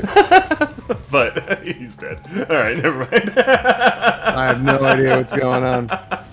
I'm like not even reading chat, but basically at the end of the first night, I woke up under their Jeep Wrangler because apparently they were like, "It's gonna get sunny in the morning. You could sleep under our car." And I'm like, "Okay." And I woke up and I went to drink the Tecate that was in front of me, and I ended up putting out my cigarette in a full Tecate before I went to sleep. So the first thing I did when I woke up was take a big chug of flat beer that had a smoked cigarette in it, and I fucking almost threw up. I didn't, but man. What would you say that's the most disgusting thing you've ever put into your body? It's up there. It's up there? What are the contenders? It would depend on your definitions, I guess, because I've eaten different foods that some people might think are disgusting, you know, like... Oh, I mean to you. Like brains or tongue and stuff like that. You've eaten brains? Yeah, that's... Human? I forget what it's called at the taquerias in San Francisco. It's like, it starts with like a C. It's like, I know what you're talking about. Cabos or something? I don't know. Mm-hmm. I had lingua, I've had... It's like cabaños. I can't remember. I'm butchering it. It's wrong, but it's really jellyish. It's like it tastes like a jelly. I wasn't expecting that. I was expecting like a solid mass. Right, but it wasn't. It was like a fucking gelatin, like a fucking Vicks Vapor Rub or some shit. It was weird. I don't know how I feel about that. Oh my god. I don't know if I would enjoy that. I probably wouldn't. I did not like it. Nothing has ever come close to accidentally drinking the beer that was actually a spitter for someone's Copenhagen wintergreen. I don't know if I will ever be able to. But like in high school for the SATs, like I got a 1300 out of 1600. Damn. And I went to a Cottonmouth King Zebra Head show the night before. So I showed up with this Coke bottle that I had from the night before that was a mixture of vodka, Bailey's, Kahlua, and I think peppermint schnapps, because that's all that we had in high school. Like, that's all we could get that night. And I poured it into a Dunkachino that I showed up for.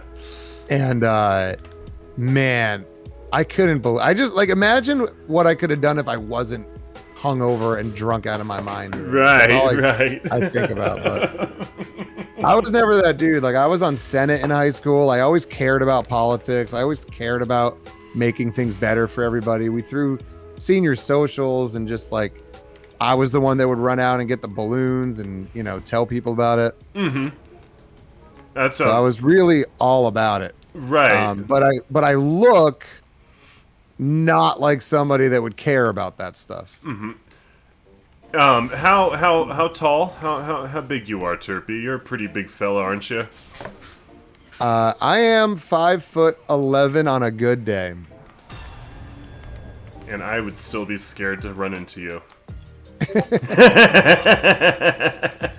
Wait, define a good day. Like you wake up and you're like, I feel extra tall today. Some days I'm taller. I don't know how to explain it. Like I slept flatter or something. I don't know.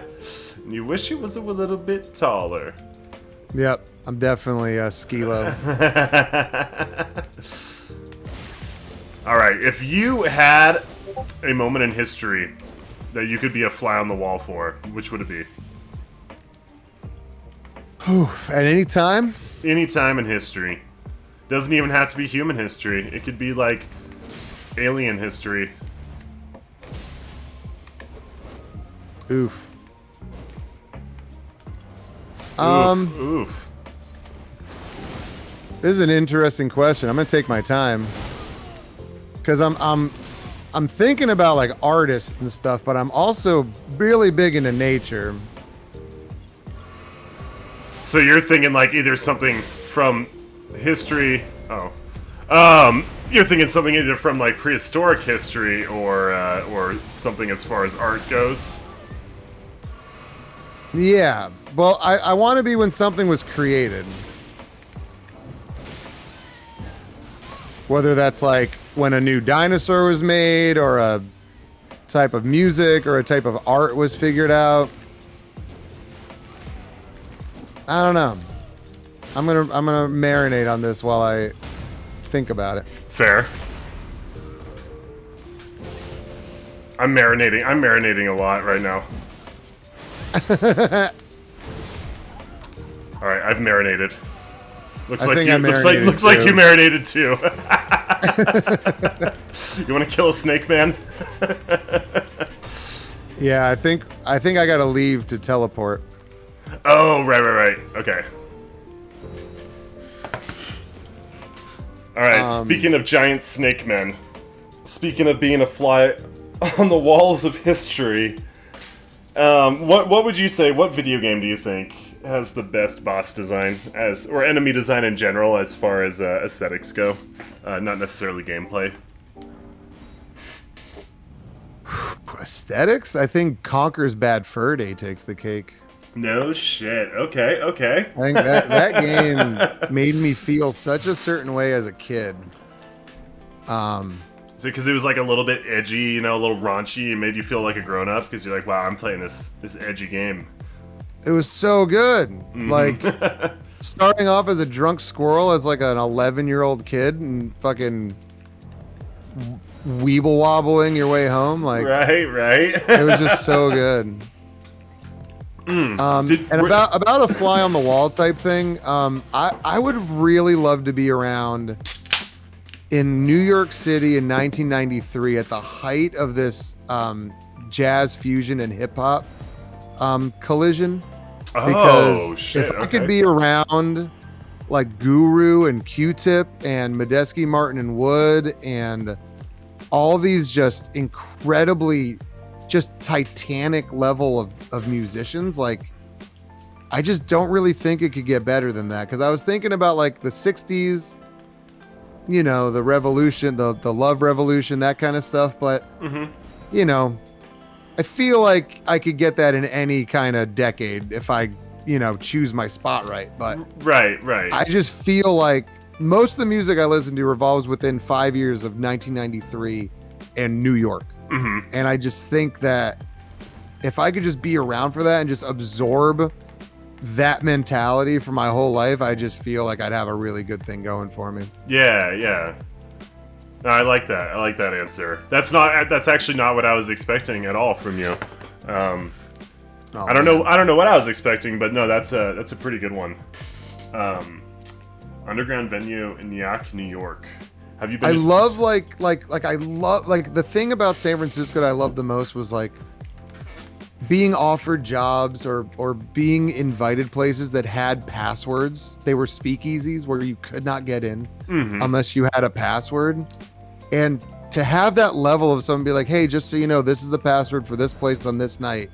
If you want to go, let them know that I sent you, right? Mm-hmm. And it's just like you go in and sometimes it's a world-class jazz pianist that's coked out of his mind.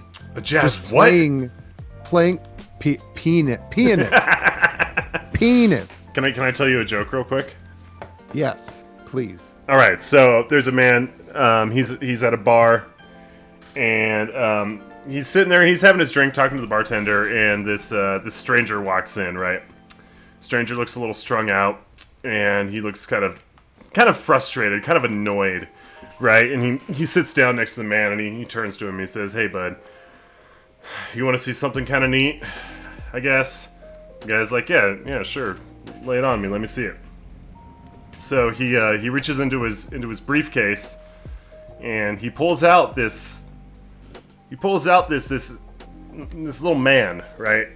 He pulls out this man, and then he reaches in the briefcase again, and he pulls out this tiny piano, right? And this little man, he's about the size of like a beer bottle, right? And he starts playing on this tiny piano. And he's playing beautiful, beautiful music. So the dude's like, "Wow, that's actually incredible. Like, where'd you get that? What is this? Is this some sort of trick?" And the guy's like, "No, I found this magic lamp." And he pulls out this, magic lamp, and he's like, "Well, and I rubbed it, and Genie came out, and he gave me this thing." And the guy's like, "Whoa, no way. Okay, I want to try." And he's like, "Yeah, you gotta make a wish to it, right?" And so he's like, All right. I'll make a wish. I wish. So he rubs the lamp, right? All powerful genie comes out. I'm the genie of the lamp. Blah blah blah. I'll grant you a wish. He's like, "I wish for $1 million." And then all of a sudden, this rumbling comes from outside. The lights go all fizzy and foggy and flashing and whatever. The bar gets all silent, and then suddenly the doors to it open up. And 1 million ducks start running into the bar, all quacking away. And he's like, "What the hell? What is this? I said $1 million, not 1 million ducks." And the dude turns to him and says, "What, you think that I wished for an 8-inch pianist?" Hi-yo! Oh! That was great. It was terrible. I love it. It's absolutely awful. Yeah. What is your favorite form of humor, Terpy? You are a renowned laugher. Everyone knows your laugh. You have a brilliant laugh. It's infectious, and I love it. What makes you laugh more than anything else? Just genuine ridiculousness. Like with Rob Dyrdek? No. That guy's just an astute businessman. Like, how do I put this into perspective? Like, who are my favorite comedians? Bill Hicks is probably my favorite comedian. Okay. I like when people have an underlying sense of care and concern for their audience and for their message, but they also know how to build up extremely ridiculous situations. I don't like just slapstick stuff. I don't like pranks, really. I like when people make me feel comfortable in their talent enough to kind of carry me somewhere. Okay. That's what I really like. And it's not just anybody can do it. Like, anybody can tell a joke, anybody can tell a punchline, anyone can have cadence to make it happen, but like, why are you saying what you're saying, right? Is it to just get a laugh, or is it to really make an impact on somebody? And then what is your impact going to be? Do you want to be remembered for being a super positive impact, or do you want to be remembered to being a negative impact on somebody? Like, what do you want? Do you want to be the most toxic person someone ever met, or do you want to be remembered as that pretty cool dude that you'll probably never see again?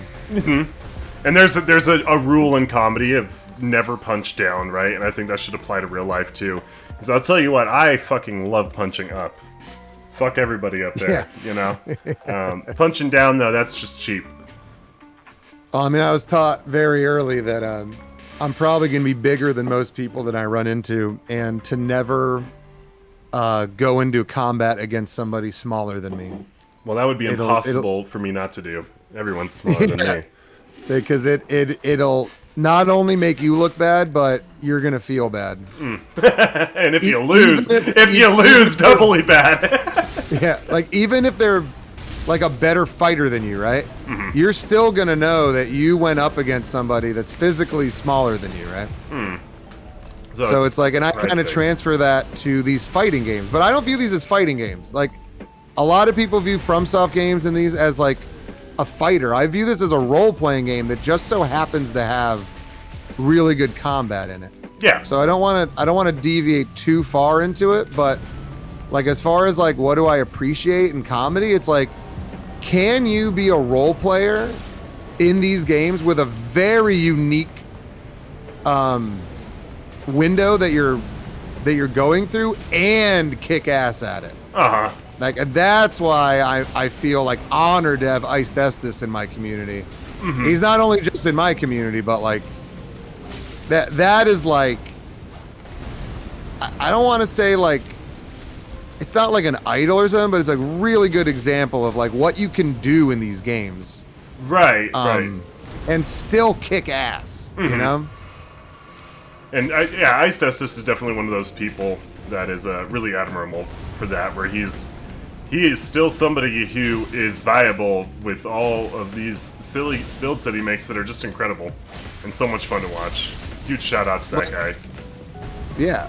Oh, and okay, so like what Xenos was just saying, the only real war is the class war. Like, I've lived all over, man. I've lived in the fucking ghetto. I've lived in suburbia. I've lived in downtown Mission, San Francisco, in the mixed of fucking Little Mexico. Like, I've spoken to so many different types of people. I can't even tell you how many people I've spoken to just while bartending alone. And I don't even know how to explain this. Like, like a lot of people that are in the low middle class, for some reason, think that they're like high middle class and better than other people. But like, I will tell you this easily. This is an easy truth. People that tipped the most were not the rich people that came into the bar. It was the everyday workers that worked in the neighborhood that wanted a place to go to and wanted a bartender that would create a sense of community and camaraderie. Those were the people that tipped me the most by far. I had so many tech bros that would have to drop hundreds of dollars in one night for treating all their friends or whatever, and they leave no money. So it's just like, boy. I just feel like people don't really comprehend that, like, we're all against the super duper elites that own everything. Did you know? Oh, I'm sorry. Have you ever worked for a restaurant owner whose friends would come in and be there all night, taking up a whole section, and then they wouldn't tip, and they would get everything absolutely comped? Yep. Or they tip me like 5% because they knew they'd be like, well, the bill was nothing, so you're lucky to get anything. Just the most wild people you could imagine. Jesus. I used to work at a restaurant where the owner's friends would come in every single night, and the only reason that I was okay with it is because there was a dude there who gave up smoking, quote unquote, but he would pay me $20 for a cigarette like 4 times a night that he would come in. Literally $20 for one cigarette all the time. So that was the only silver lining to that. I was bussing tables at the time, so you know, I was like, hey, this is more money than I usually make in a night, so I'll take it. Yeah. I mean, but I've also been a line cook, bartender, and cook, server. I've basically done everything. Dishwasher. What side of the restaurant do you prefer? I like bartending, but it depends, because I don't like bartending in a place where I'm the best server. Okay. You know, and I've had to work with incompetent servers for way too long. And having to go save like 7 tables that haven't been spoken to in 10 minutes while making like 15 tickets in the bar is super fun, soul draining. Yeah, it is like, because they're like, so you're gonna take care of us, right? I go, nope, I'm gonna hand you off to Rachel. And they go, what? And I go, yeah, I gotta do it. This isn't my section. I just saw you sitting there. And they're like, what? Get me your manager. I go, okay, I get the manager. And then the manager comes over. Listen, you can't be making our servers look bad. It's like, I'm not doing shit. What are you talking about? That shit I don't like. But if I'm working for like a really good situation, they're all competent, everybody's, got their fucking gears greased. I love bartending. I think it's such a, you stand in the middle of everything, you see how everything works, you know how to be the best server, you know how to be the best bartender, you know how to be the best manager, but you're just standing there making sure that everything's all safe. And that's what people don't understand. Like, even if it looks like I'm doing nothing but talking to customers, like I'm really gauging what's going on in my bar. Right, yeah. And that's a huge thing. And I think that bartending probably, in the scheme of things, is probably the most similar to streaming that you can get in a restaurant. I would absolutely agree. You got your regulars, you got your unruly customers, you got those that don't tip. Looking at all of you that have never gifted a sub, I hate you. Just kidding. Well, it's the same too. Like people knew, like, oh, don't go to the bar on this night if you plan on doing drugs in the bathroom, because I'm just gonna use my name, because Terpy will ban you. Like don't do it. Where there's other bartenders who are like, when Stacy's working, you could do that all night. Go for it, right? Now, as somebody what people wouldn't understand was, like, I would go in on the nights where Stacy's working and hang out with everybody. Like, it's all a chill. It's just, while I'm working, I'm not taking that risk. Right. No, that makes sense, because that reflects on you. Regardless of how you feel about it from a moral standpoint, you have to think about it from an ethics standpoint of in the context of your job and your duty to that bar or restaurant, right? And yeah, like that's where I get my paycheck. I don't want to risk it going down. See, as somebody who has done lots of drugs and lots of bathrooms, yeah, I could say that. Like, I know what I'm looking for, right? Like, I'm not an idiot. So it's like, I just want to be like, hey, don't do that in the building while I'm here, Right, yeah. There are times where I will close the bar early. I will let the owner know that the bar is closed early, and guess what? He's going to be okay with it because he trusts me knowing that this is what I do. Right? What is the worst? Can you remember, like, explicitly what the worst night of bartending you've ever had was? Oh man, a week before. So I'm not including like violent things where I had to like beat someone up or catch somebody drugging one of my regulars. Yeah, but nothing. Yeah. Maybe keep it light. But as far as like work night goes, I got approached one day by people saying, "Hey, can we throw a birthday party here?" I'm like, "Yeah, here's my email. Let me know, and we'll get everything ready for you. About how many people are you thinking?" And they're like, "Well, usually like 30, but we could go up to like 100 if it's a good night." And I'm like, "Yeah, we'd love to have you. Just email me, let me know what drinks you like so I can prepare the fresh juices and make sure we have the liquor bottles for you and all that jazz." And a week later, I'm doing a shift change where I'm coming into the nighttime and I'm letting the day person go because they had to work at another bar at night. And all of a sudden, the woman that talked to me was like, "Hey, we got 100 people coming in." And I'm like, "What?" They're like, "Yeah, we told you." I was like, "No, I told you to email me when that was going to happen, not that you were coming in." They're like, "Well, they're coming." So I go, "Oh shit." So I instantly call like every night bartender and I find one that isn't working that night somewhere else. And he comes in with all these grapefruits and oranges and limes and lemons. He's just like, "You start juicing, I'll start pouring beer and shots and we'll see what the fuck happens." And they were like, I'm not trying to be racist, but they were Samoan, so they were gigantic people. They weren't like intimidating. They were super nice, but when you're working in front of 100 people and they're all jacked, it just has a different vibe to it than if they were fucking, hipsters with mustaches. If they're little pipsqueaks. Yeah. It's just like, hey, fuck like, small people, all right? You see this big dude walking over to you, like, but they're like, "Hey, is my Cosmo ready?" And you're like, "1 second, my guy." Like, "I got you." All right, Terpy, we have killed Rykard. We've done it. We have completed the area. I did want to do like a little bit of a Q&A section. If your chat is up for it, if my chat's up for it, would you be down for that? Yeah, for sure. Okay. I did point him down. We got him, Xenos. Did you pointed down right card? Good. Yeah, barely. I barely got it off, but the thought was there. It's the thought that counts. So if anybody here has any questions for Terpy or about anything that we just talked about, and obviously Terpy, your chat as well, shoot away.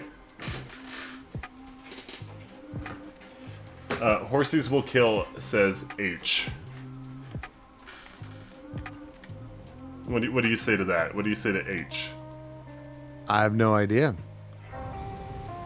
And then Reflex P Shoe says H. Make COD great again also says H. Okay. Alright, Terpy, do you have anything you want to plug? Anything big coming up? What's the next few weeks look like for you? What does H mean? I think it means hi, but like you're lazy, so you only say the first part of it. That's my understanding. Oof. Yeah, Oof. pretty big oof, yeah.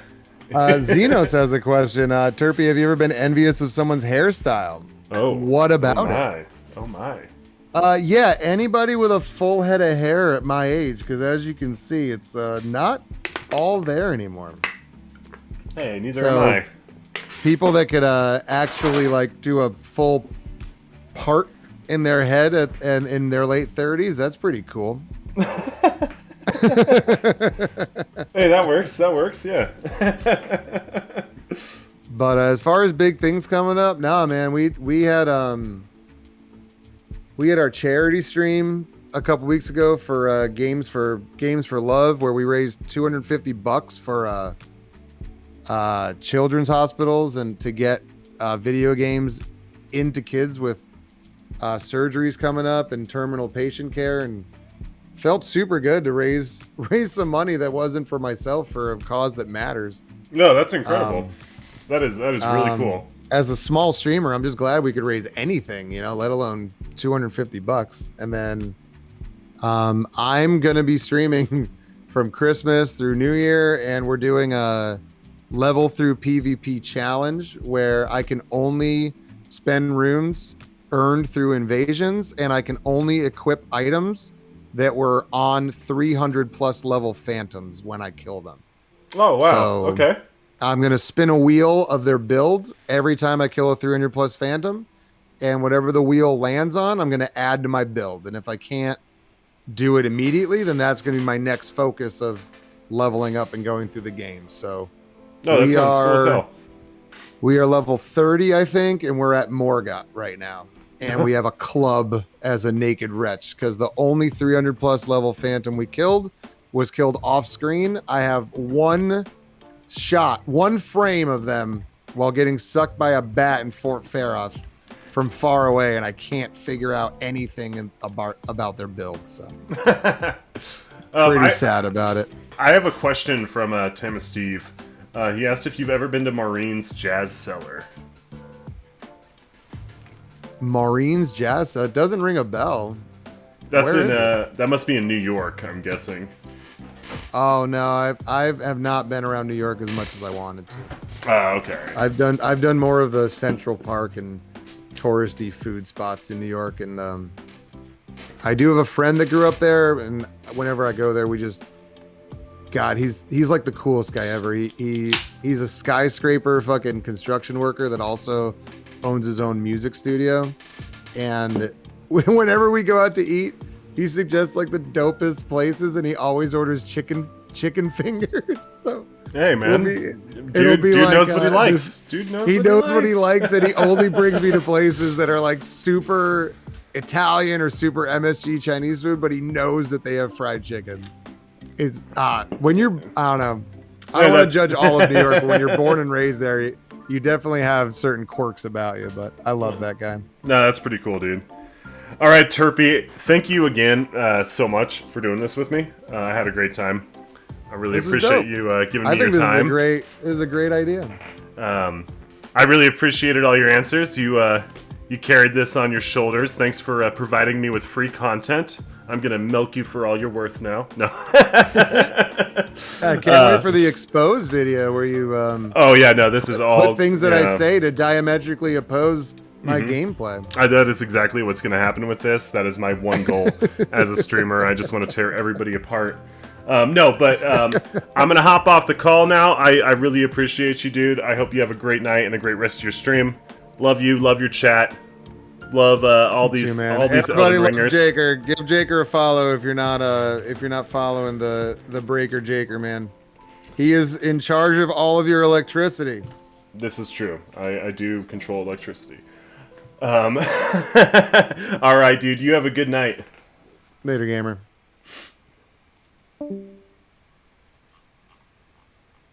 All right, guys. Thank you all so much for hanging out and bearing with us there. Thanks everybody that was invading us. I had a good time. I really appreciated all the amazing builds you all were showcasing tonight. That just really, really made it extra enjoyable for all of us. But no, I really do appreciate you guys. I had a great time. It was good to get to know Terpy a little bit better. We've obviously, we've known each other for a while, but if you guys aren't following him right now, I'm gonna give him a big old shout out as well. And go do yourself a favor. Go check him out. He's always doing fun stuff. And if you love Elden Ring, because I love Elden Ring. Personally, I fucking love it. And I want to see this game continue to thrive. And I want to see this community continue to thrive. And I would like to see more engagement in all aspects. So trying to keep things fresh, keep things... I don't know, because we are kind of in this drought right now. And I love hanging out with all of you people. You're all fucking fantastic. I love playing this game. I love all aspects of it. And, yeah, Montage, I really do. I really like this game, okay? And I've been having a good time with it. And we are getting, that's right, G, we are getting 1.11 tomorrow. It's going to be in your stocking. So be sure to check in your fucking cum sock or your stocking or whatever it is tomorrow morning.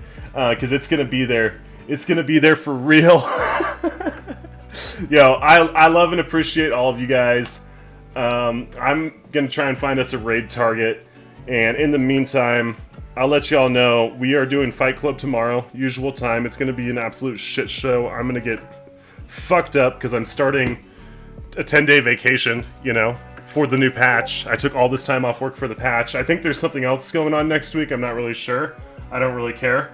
But we're going to raid a Rhythmic Pulse. My fucking homie, my guy. He's a great player. He's a great streamer. He's a fantastic dude.